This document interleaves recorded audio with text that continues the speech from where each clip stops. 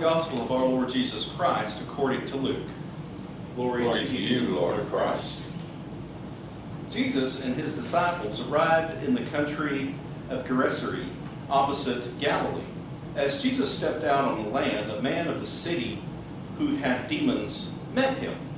For a time he had worn no clothes, and he did not live in a house, but in the tombs. When he saw Jesus, he fell down before and shouted at the top of his voice, "What have you to do with me, Jesus, Son of the Most High God? I beg of you, do not torment me." For Jesus had commanded the unclean spirits to come out of the man. For many times it had seized him, and they had kept him under guard and bound in chains and shackles. But he would break the bonds and be driven by the demons into the wild. Jesus asked him, "What is your name?" He said, "Legion," for many demons had entered him. They begged him not to order them to go back to the abyss. Now there on the hillside, a large herd of swine was feeding, and the demons begged Jesus to let them enter these. So he gave them permission. Then the demons came out of the man and entered the swine, and the herd rushed down the steep bank and into the lake and was drowned. When the swineherds saw what had happened, they ran off and told the city in the country. Then the people came out to see what had happened. And when they came to see Jesus, they found the man from whom the demons had gone sitting at the feet of Jesus, clothed and in his right mind. They were afraid. Those who had seen it told them how the one who had been possessed by demons had been healed. Then all the people of the surrounding country of Gennesaret asked Jesus to leave, for they were seized with great fear. So he got into a boat and returned. The man from whom the demons had gone begged that he might be with him, but Jesus sent him away, saying, "Return to your home and declare how much God has done for you." So he went away, proclaiming throughout the city how much Jesus had done for him. Gospel of the Lord. Praise to you, Lord Christ. Please be seated.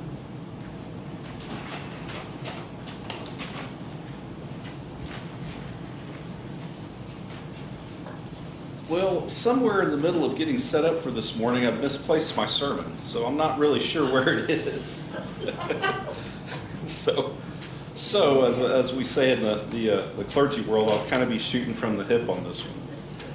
But I also just have to acknowledge that thank you so much for all the work that each one of you did in getting prepared and set up for our bishop's visitation last week. As busy as they are, I haven't heard back, but I'm sure she probably went up to the diocese and said they're doing great. There was a full church, and everybody, was happy and excited, and all had a good time. And it was great, because I think we got several different counts, 47, 46, 45, but there were over 45 people in here, so that was great to have a blessing and a confirmation on a Trinity Sunday with the bishop coming. So thank you for everything everybody did. Well, today we've got a reading. More or less, I think some people and the commentators and the clergy and the different theologians over time have been kind of puzzled about this. The whole healing story of taking the demons out of this man, and they asked for permission to go into the swine, and then the swine ran off the cliff and drowned themselves. When I was in Israel or Galilee, we stood opposite that area. We were in Galilee on the shore, and our guide pointed. It was a narrower part of the Sea of Galilee where you actually see the shore on the other side. And it even looked ominous. I mean, that day it was clear and sunny on our side, and on that side it was dark and overcast, and there were low-hanging rain clouds on the other side, and it just looked scary on the other side of the bank. And he said, roughly, we think, based on geology, geography, and archaeology, think of this. It might be, possibly, perhaps, that might be the place. So we don't really know. I like to say one of my favorite words. Well, maybe it was that place. But you could see where the hills were steep and they come to a sharp incline. And, there's not much beach there. So that's perhaps where it was. And Jesus was in Galilee at that time. and moved into the other part of that region, which was clearly, during that time frame, for the Gentiles. In Galilee, there was still, a mix of Jewish culture, and there were still synagogues. We read about that, in different parts of the gospel. But on the other side, it was a pagan region. I mean, they were raising swine, and Jewish people didn't normally do that. So from that, they believed that it was more of a Gentile culture on the other side of the lake, as if it's the other side of the tracks. But if we look at our readings and the whole culture of what the Hebrew society was and the Israelites' call to the world, it's to reinforce the fact that Jesus is for all. The salvation of the world was not just for the Jews, but for all. And so this is that first time Jesus moves into that Gentile region to carry that message of healing and reconciliation to what we would call, quote unquote, the other people. But Jesus doesn't see them as the other people. He sees them as just complete children of God, as he tried to teach and show us. As y'all know, this is the 22nd of June. So just a few days ago, we celebrated Juneteenth, June 19th, the day that General Gordon, I think that's his first name, I forgot his last, General Gordon Granger, Union General in Texas, pronounced the completion of the Emancipation Proclamation on, I believe, July 15th, 1865. Now, as you know from your good American history, January 1st, 1863 is when when President Lincoln pronounced the Emancipation Proclamation to say that all people in bondage in areas controlled by the United States Army or the United States Navy were now free. Now, it took 2 more years for that word to spread through the South all the way down here to Texas. And so Juneteenth is the celebration of that day, of when the enslaved persons, the African Americans, got word that they were now free. Donna and I, 2 years ago, on June 12th, got to go to a very special place in Virginia, Fort Monroe.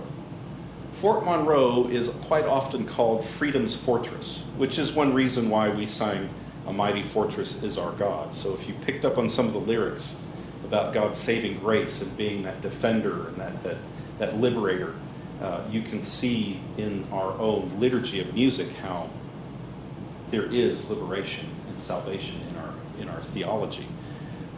The Fort Monroe had been established in roughly 1609, right shortly after the Jamestown colony got up and going. It was designed to defend the Chesapeake Bay.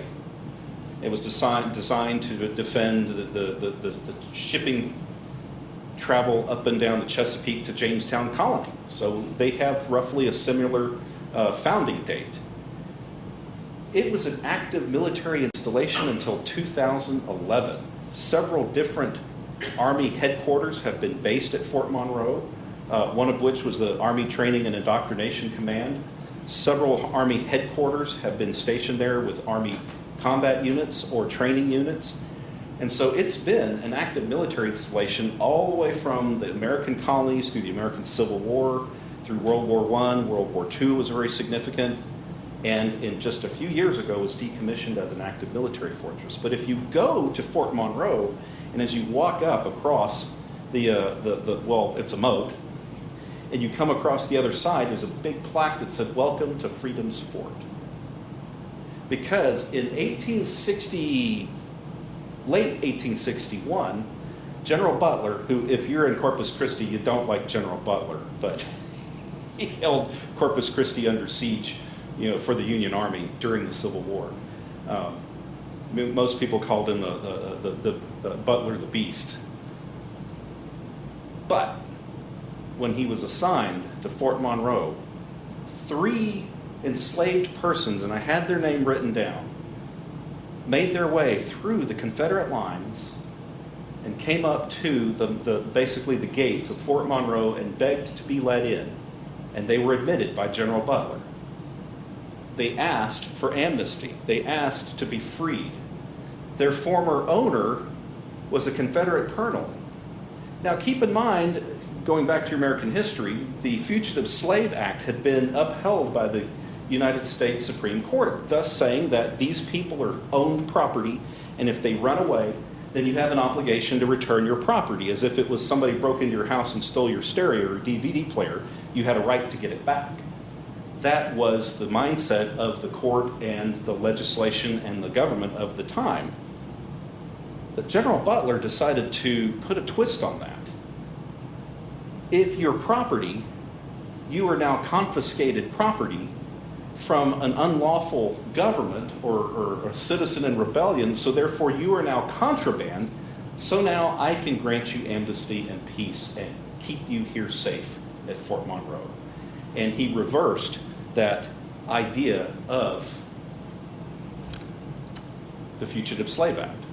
Now, this was backed up 2 years later by Lincoln's Emancipation Proclamation, but the significant and beautiful part about this is that thousands of enslaved persons in the region heard about this and did everything they could to get to Fort Monroe, knowing that if they got to Fort Monroe, they could be free. They were no longer enslaved. They were no longer going to be held in bondage.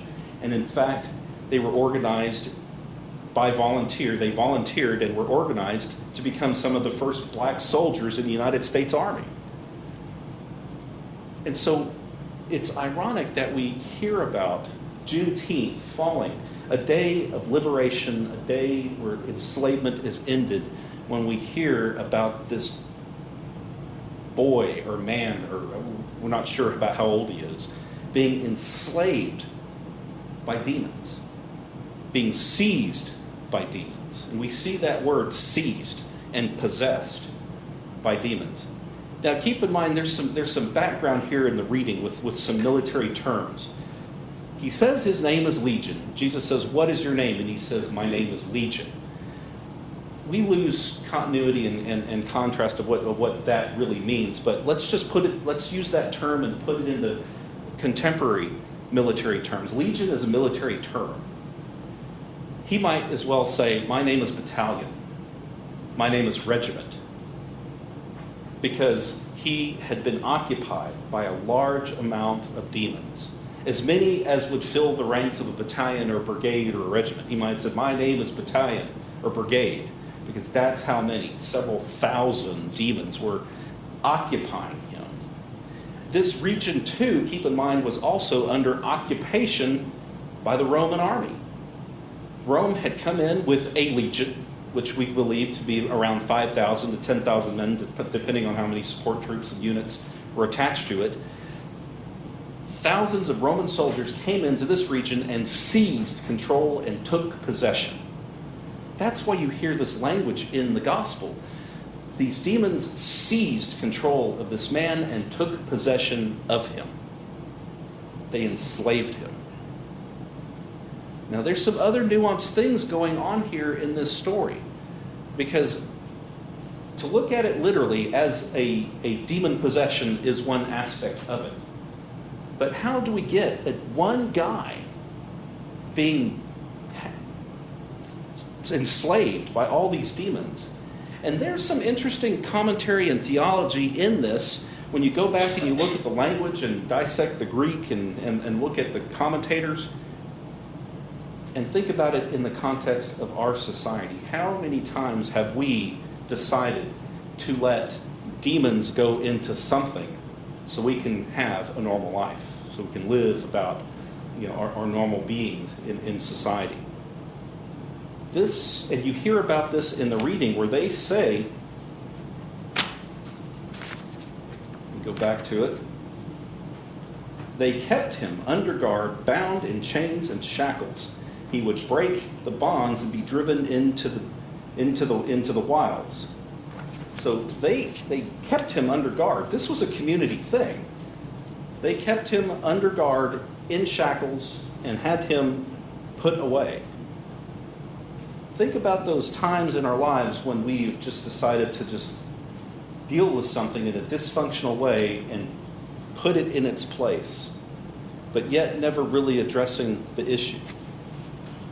There are times when, let's just make a hypothetical, well, Uncle Bob Uncle Bob's off the wagon again. Everybody just keep the peace until the family reunion's over and let Uncle Bob get out of here. Or you might have a supervisor that comes in and says, just keep your head down. You know he's going to pick on somebody. If he picks on you, we'll just all kind of keep our head down and ignore it. Maybe it won't be me that he picks on. Think about those times when we have just decided to just let the demons go into something so we can deal with an issue even though the way we deal with it might be dysfunctional. But yet Jesus comes in and says, I'm not going to have any of that today. Because even though that person might be the irritating uncle or the troublesome boss, or maybe that one person that comes into your business establishment every day and raises up a ruckus and screams the customer is right when you know they're not, Jesus steps across the Sea of Galilee and comes in and says, I am for everyone.